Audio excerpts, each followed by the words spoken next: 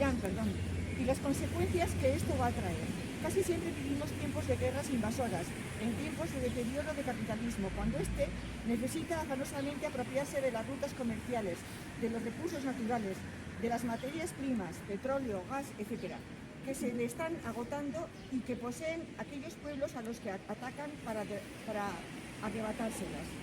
Pueblos que tienen un estado de muerte y alarma permanente, ahora ante las locuras genocidas y asesinas de Netanyahu y Donald Trump. Gatazka urrunekoa irudi dakiguke, baina ondorioak zuzenean iristen dira gure fakturetara, gure erosketa gurdira, gure berogailura. Petrolio upelaren prezioa $200 igo daiteke gerra luzatzen bada, sektoreko analistek ohartarazi dutenez. Europako Banku Zentralak ohartarazi du inflazioa 4,4%ra iriz daitekela 2026an, gatazka luzatzen bada.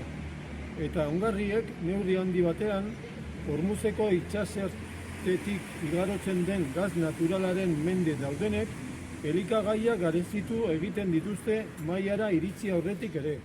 Inflazio energetikoak erosteko ahalmenaren galera zuzena eta berehalakoa dakar eguneroko bizitzan. Les puede parecer un conflicto lejano, pero sus consecuencias llegan directamente a nuestras facturas, a nuestro cargo de la compra, a nuestra calefacción. El precio del barril del petróleo puede escalar fácilmente hasta los $200 si la guerra se prolonga, según advierten los propios analistas del sector. El Banco Central Europeo advierte de que la inflación podría alcanzar un 4,4% en 2026 si el conflicto se prolonga. Los fertilizantes, cuya producción depende en gran medida del gas natural que transita por el estrecho de Hormuz, encarecen los alimentos antes incluso de que lleguen a la mesa. La inflación energética supone una pérdida directa e inmediata de poder adquisitivo en la vida cotidiana. Bien bitartean, energetika handiek kutsa egiten dute. Repsol burtsan balore historikoetara iritsi da egun hauetan, eta sektoreko patronalak krisia aprobetxatu du estatuko gobernuari zerga jaisteko eskatzeko. Gobernuak bez energetikoa murriztea bezalako neurriekin erantzun du, baina zergat jaisteak diru bilketa txikiagoa ere esan nahi du, diru gutxiago gizarte baliabideetarako. Krisia gerrek eta merkatuek sortzen dute. Zuloa guztion artean estaltzen dugu. Hori ez da ezkutu sozial bat, zerbitzu horiek gehien behar dituztenei kostua helaraztea da. Mientras tanto, las grandes energéticas hacen caja.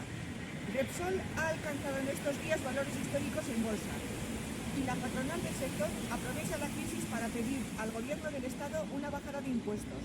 El gobierno ha respondido con medidas como la reducción del IVA energético. Pero bajar impuestos significa también menos recaudación, menos dinero para recursos sociales. La crisis la generan las guerras y los mercados. El agujero lo tapamos entre todos y todas.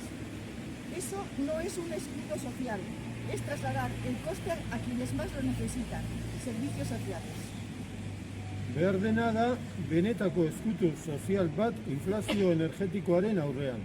Pensioen blindajea, tarifa sozial eraginkorrak eta efizientzia energetiko dun etxebizitza publikoa, eta transizio energetikoa justizia sozialaren eta herritarren parte hartzearen irizpideekin egin dezala, ez merkatuek ezartzen duten erritmoan.